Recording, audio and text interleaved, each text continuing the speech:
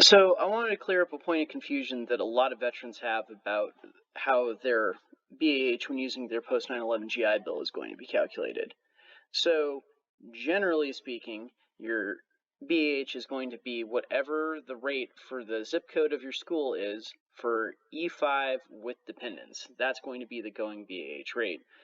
Now you'll note I said generally because even here on the VA's website, they use that exact word when it comes to calculating BAH. The monthly housing allowance is generally the same as the military basic allowance for housing, BAH, for an E5 with dependents.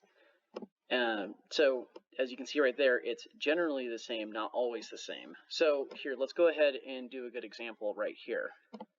So I am currently going to school in Montana.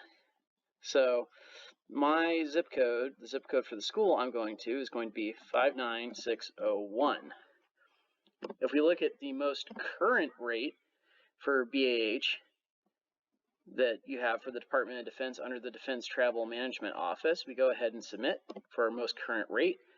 And there it is, 1524. That's E5 with dependents.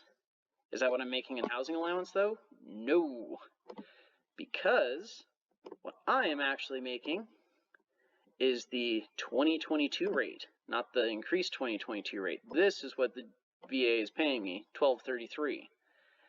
And the reason for that is that when the VA calculates your BAH, they calculate it for E5 with dependents for the zip code your school is in, effective whatever it was for the DoD on August 1st of that academic year. And they don't recalculate it until the end of that academic year. So August 1st is when they recalculate it.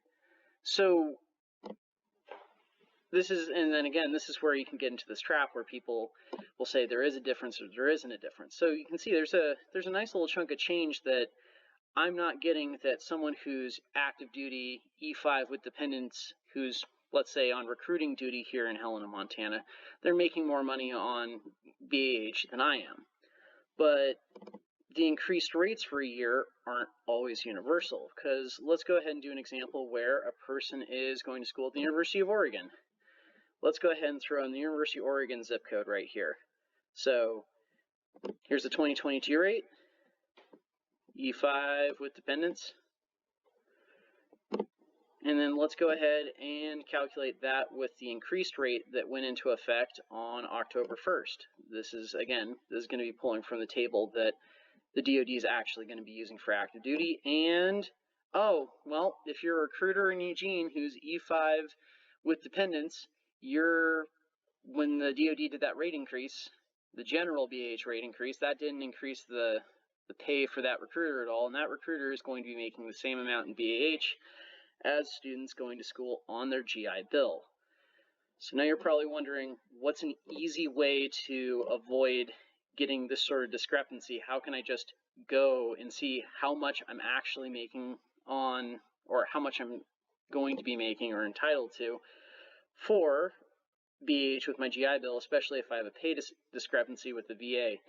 The way to do that is to just don't use the Defense Travel Management Office site. Well, you can. You just have to find the one that's going to match how the VA did it in August, but that can be difficult. Rates can vary a lot. The easiest way is to go ahead and use the GI Bill comparison tool the VA has on its benefits page here. And you can either punch in the name of your institution, or you can search by location.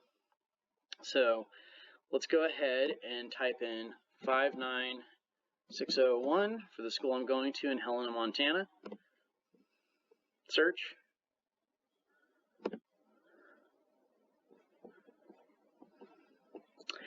Yep, and there you go. There it is. There's the housing allowance that I'm entitled to.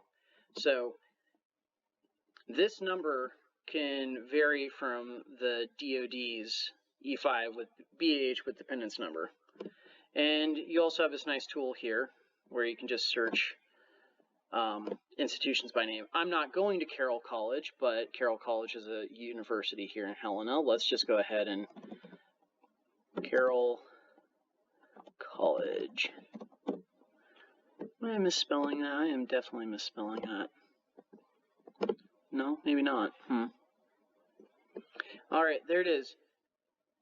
Carroll College, Helena, Montana, and there's the BAH for the zip code I live in. And as you can see, 1233 is not going to be the same as the increased effective rate. The active duty or reservists on full-time support or guard on full-time duty are going to be getting here for BAH. It's reflective of the August date.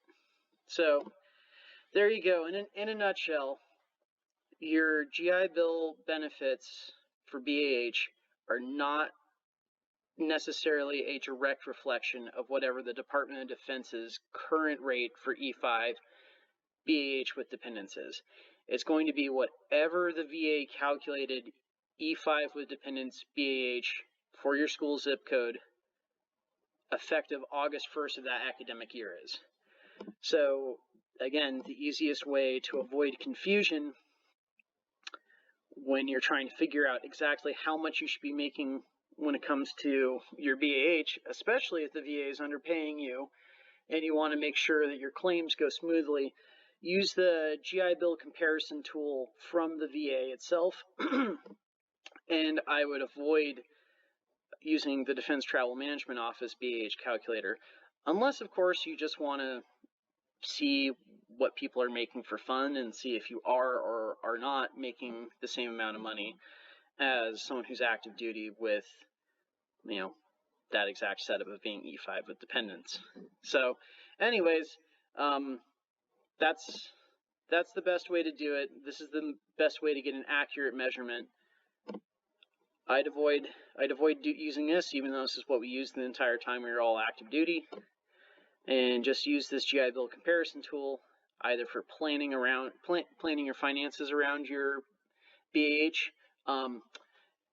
Oh, and this is also really, one more thing I forgot. Yeah, this is really important. Let's say you're applying for housing, or you're trying to project or figure out projected income for other purposes where you need to provide documentation of how much you're going to be making on your GI Bill. This you can accidentally find a bad rate with this and give a landlord or someone else bad information. But if you go to the GI Bill comparison tool, you will get the accurate number for what you're owed. Anyways, I hope that clears up some stuff. I promise you, if you wind up having confusion about this and you call the VA about it, they will make it more confusing and not less confusing generally. Not always, but oftentimes they'll just become more confusing on the phone with them than less. And a lot of them don't even really think about the concept of the DoD having a rate that is different from the rate that they set. And it's almost impossible to get a straight answer of, like, is it supposed to be the active duty rate for whatever it is active duty, or is there a different mechanism? And there technically is a different mechanism. It's whatever E5 BAH with dependents was on August 1st of that academic year. And to find that without any ambiguity, you just use the VA's specific GI Bill comparison tool. Use this, not this. Yeah, and that's all I got for today. I hope that helps. And yeah, if any of you have had issues with this with the VA or pay or any funny stories about that you want to share, go ahead and throw those down to the comment section. I'd love to read them and respond to them. And I hope you all have a good day. Bye.